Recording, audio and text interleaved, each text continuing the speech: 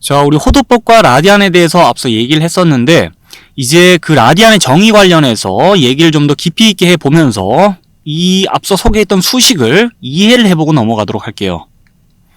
자, 우선은 우리 이 라디안에 대해서 뭐라 얘기를 했었죠?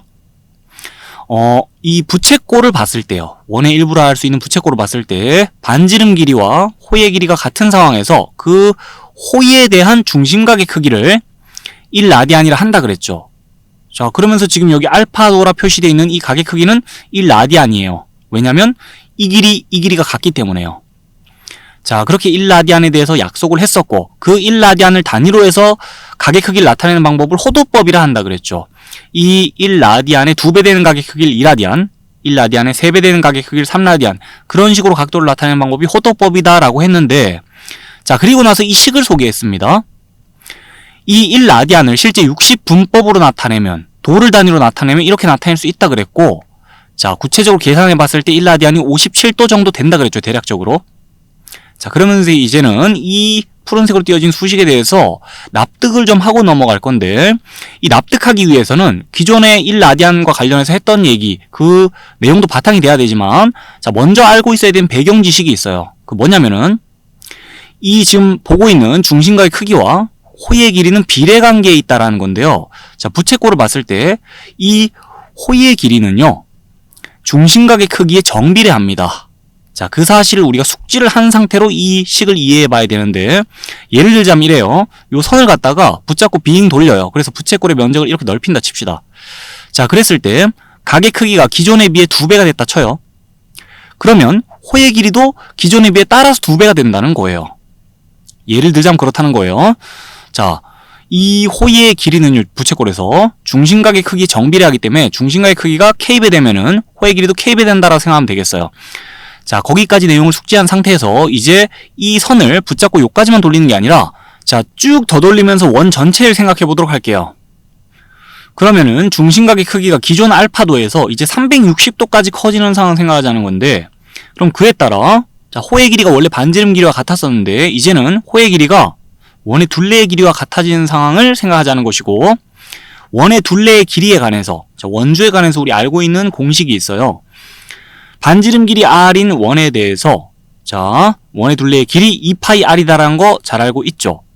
그 관계를 생각해 주면서 이 중심각의 크기와 이 호의 길이는 비례한다는 관계 속에서 비례식을 세울 수 있습니다. 중심각의 크기가 알파도에서 360도로 늘어날 때, 자, 그에 대응해서 이 호의 길이는 r에서 2πr로 늘어난다라면서 비례관계 속에서 비례식 세울 수 있는 건데, 그 비례식 보면서는 잘 알고 있는 성질이 또 있어요. 비례식에서 내항의 곱과, 자, 이 외항의 곱은 같다는 거 잘 알고 있죠. 그래서 안쪽 길이 곱한 거랑 바깥쪽 길이 곱한 거는 결과 같다라고 식을 또 전개해 나갈 수가 있는데, 자, 이젠 등식의 성질을 활용해서 이 좌변에서 알파도 빼고, 자, 다 제거를 합니다. 그럼 식이 이렇게 되거든요. 자, 그 과정을 보자면 일단 양변을 r로 나눕니다. 반지름의 길이가 r인 상황에서요, 양변 r로 나누면 r 걷어낼 수 있죠. 자, 그러고 나서 양변을 또 2로 나누면 여기 2 걷어내고, 자, 여기도 2로 나눠야 되는데 단위인 도는 그냥 무작정 지우면 안 되고요. 이 360이라는 값을 보면서 2로 나눠주면 180이 되거든요. 그래서 단위 살려주면서, 자, 우변을 정리하자면은 그냥 180도다 이렇게 정리를 할 수가 있어요. 그 상태에서 알파도 말고 뒤에 곱해진 거 보면 파이가 있는데, 이 무리수 파이로 양변을 또 나눠주면, 자, 여기서 파이 걷어내면서 이쪽에는 파이가 밑에 깔리면서, 자, 양변 파이로 나눠주게 되면 최종적으로 알파도는 파이분의 180도라는 식이 나오게 됩니다. 자, 그러면서 이제 우리 1라디안과 알파도가 같다라고 설정된 상황 속에 생각하고 있었으니까 이 알파도는 지금 1라디안이에요. 자, 1라디안이 왜 60분법으로 이렇게 표현되는지 알 수 있겠죠. 이 관계가 성립한다는 걸 이해해 본 겁니다. 그리고 나서 최종적으로 식을 봤을 때는요, 분명히 라디안에 관련해서 우리가 반지름 길이와 관련해서 뭔가 라디안에 대해 약속을 한 것 같은데, 최종 정리된 식을 보면 반지름의 길이에 관련된 게 지금 없어요, 항목이. 자, 이 r은 위의 식에서 다 삭제가 된 상태이기 때문에 결국에 이 라디안에 대해서 부채꼴을 볼 때 반지름 길이와 호의 길이가 같으면 그 부채꼴의 중심각의 크기 1라디안이라고 그랬는데, 반지름의 길이와 무관하게 1라디안은 각의 크기가 픽스돼 있어요. 그러니까 우리 무슨 상황 생각할 수 있냐면, 자, 부채꼴을 보는데 반지름의 길이가 얼마나 긴지 그건 상관없다는 거예요. 예를 들어서 요 조만한 부채꼴을 본다 칩시다. 자, 이 작은 원 안에서 요 원 안에서 부채꼴을 이렇게 도려냈다 쳐요. 그때 반지름 길이하고 호의 길이가 같다 칩시다.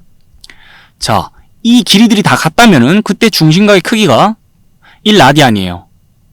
그러면 이번에는 자, 이 큰 원을 보면서 상대적으로 더 큰 원 속에서 또 부채꼴을 요렇게 도려낸다 쳐요. 자, 그러면 이번에도 반지름의 길이와 그 다음에 호의 길이가 같은 상황에서요. 자, 여기 길이 다 같은 거예요, 지금. 이 부채꼴 보는 거예요. 여하튼 간에 반지름 길이하고 호의 길이 같은 상황에서 부채꼴의 중심각의 크기 또 1라디안입니다. 그러니 이 반지름의 길이에 관계없이 자, 1라디안이라는 각의 크기는 일정해요. 파이분의 180도로서 거기까지 정리를 해봅시다. 이 라디안에 관해서 그리고 라디안을 단위로 해서 각도를 나타내는 방법 호도법에 관해서 그 다음에 이 관계식에 관해서 자, 전부 쭉 정리를 해봤어요.